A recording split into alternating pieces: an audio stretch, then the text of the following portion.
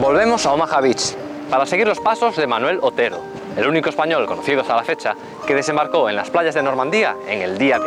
Os proponemos seguir su mismo recorrido desde que desembarcó en la orilla hasta su trágica muerte en la salida de la playa. Manuel Otero Martínez nació en el municipio gallego de Outes en 1916. Tras la Guerra Civil Española, emigró a los Estados Unidos, donde se alistó como voluntario para combatir durante la Segunda Guerra Mundial. Gracias a los archivos militares americanos, sabemos que Manuel Otero se alistó el 19 de marzo de 1943, que estaba soltero y sin descendencia, y que tenía fijada su residencia en los suburbios de Nueva York. Se le asignó un número de identificación militar, el 32.868.826, y fue enviado a Europa como reemplazo en la Primera División de Infantería Americana.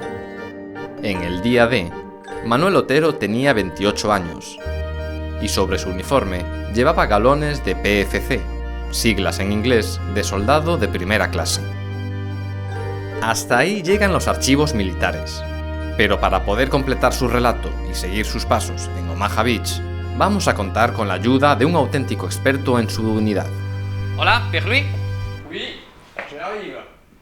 Fijaros si es un apasionado de la Primera División de Infantería Americana que acabó abriendo su propio museo, dedicado exclusivamente a la famosa Big Red One, la unidad a la que pertenecía Manuel Otero. Hola, Pierre-Louis, ¿qué tal? Bonjour, ça va? ¿Qué traes aquí? Alors ici j'ai toute une partie d'archives qui concerne la compagnie A du 16e régiment de Manuel Otero. Donc j'ai des photos, on sait grâce aux archives américaines, les correspondants de guerre, où est-ce qu'ils ont débarqué et à quelle heure exactement, donc c'est-à-dire 7h40 le matin du 6 juin, et cette photo-là a été prise particulièrement à cette heure-là. Él podría ser alguno de estos. Exactement. Donc on peut supposer que Manuel Otero est dans le groupe que l'on voit ici.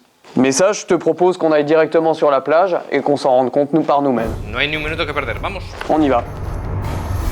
La Primera División de Infantería Americana fue de las pocas unidades veteranas en el día D, ya que había participado en los desembarcos en el norte de África e Italia.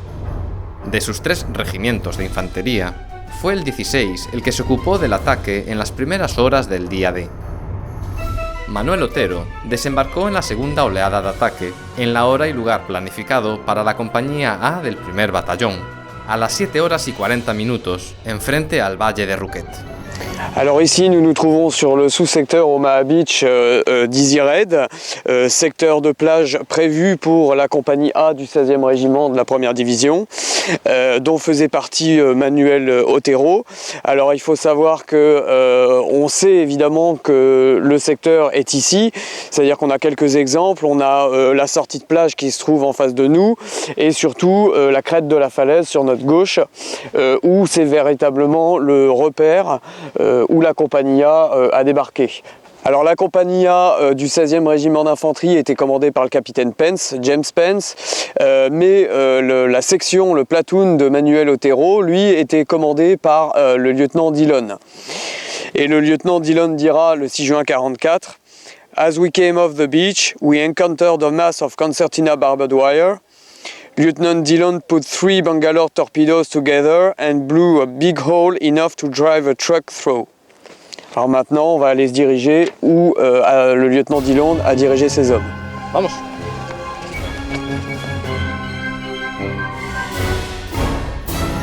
Y llegamos a la duna, donde el pelotón de Manuel Otero, no sabemos exactamente dónde, pero se supone que es aquí por donde pasaron al otro lado.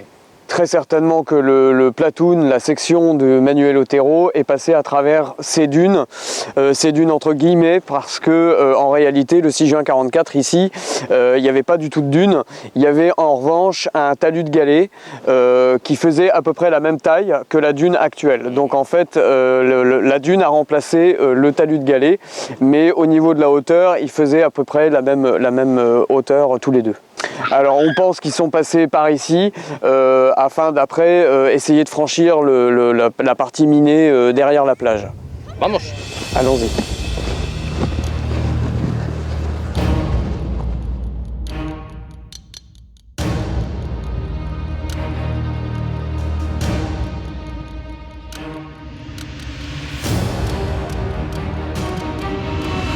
La compagnie a franchi la dune, elle est arrivée naturellement ici, mais il faut se dire qu'à l'époque, les arbres que l'on voit aujourd'hui n'existaient pas. Il y avait à la place des roseaux et une zone marécageuse, mais surtout, dès le bas, il y avait un terrain miné avant le fossé anti-char qui se trouvait un tout petit peu plus loin, et également après, il y avait un autre terrain miné qui se trouvait encore de l'autre côté du fossé anti-char. Donc il a fallu que les hommes de la compagnie A se frayent un chemin au milieu des mines et avant le fossé anti-char, et également pour les survivants après le fossé anti-char. Alors au-dessus se trouvait, tout en haut de la falaise, se trouvait un point fortifié allemand qui était codé WN64. Alors le point fortifié était toujours actif, hein. Il ne sera neutralisé que vers 11h30 du matin par une autre compagnie qui est arrivée par derrière. El pelotón de Manuel Otero tuvo que atravesar un enorme foso antitanque excavado entre las posiciones alemanas WN64 y 65. Tras la guerra, esta excavación y demás trincheras alemanas fueron recubiertas de tierra, pero tras años estudiando mapas y fotografías de época, nuestro amigo Pierre-Louis es capaz de localizar los pocos vestigios que quedan.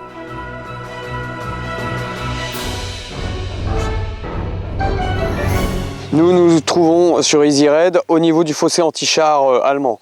De plus, on se trouve exactement à la courbe que l'on voit sur le plan ici. Donc c'est par ici que la compagnie A s'est infiltrée. Y sabemos que Manuel Otero realmente murió antes Oui, del foso anticarro. nous savons qu'il a été tué forcément avant, d'après le témoignage de Albert Papy.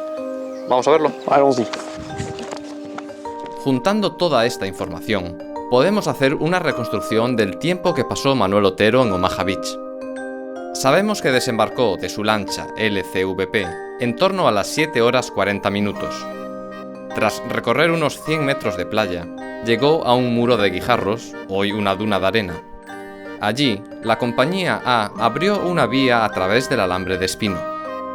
De los testimonios sobre la muerte de Manuel Otero, entendemos que no llegó a alcanzar el foso antitanque. Lo que sí es seguro es que Manuel Otero, atravesando el campo minado entre la playa y la posición alemana WN64, murió a causa de la explosión de una mina. On ne sait pas également où est-ce que exactement Manuel Otero a été tué. En revanche, on a un témoignage de Albert Papy qui dit que Otero aurait été tué juste avant le fossé anti-char. Donc on se trouve exactement dans la partie susceptible d'avoir été le théâtre d'opération de la compagnie A.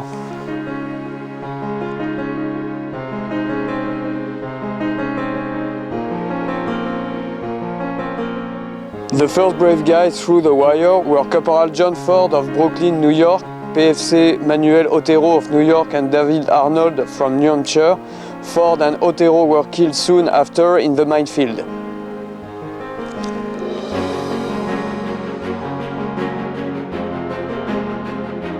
La historia que hemos conocido hoy, el relato de Manuel Otero, no deja de ser una entre tantas y tantas historias personales. Hoy en día su nombre está marcado en este monolito junto al resto de sus compañeros muertos en la batalla de Normandía.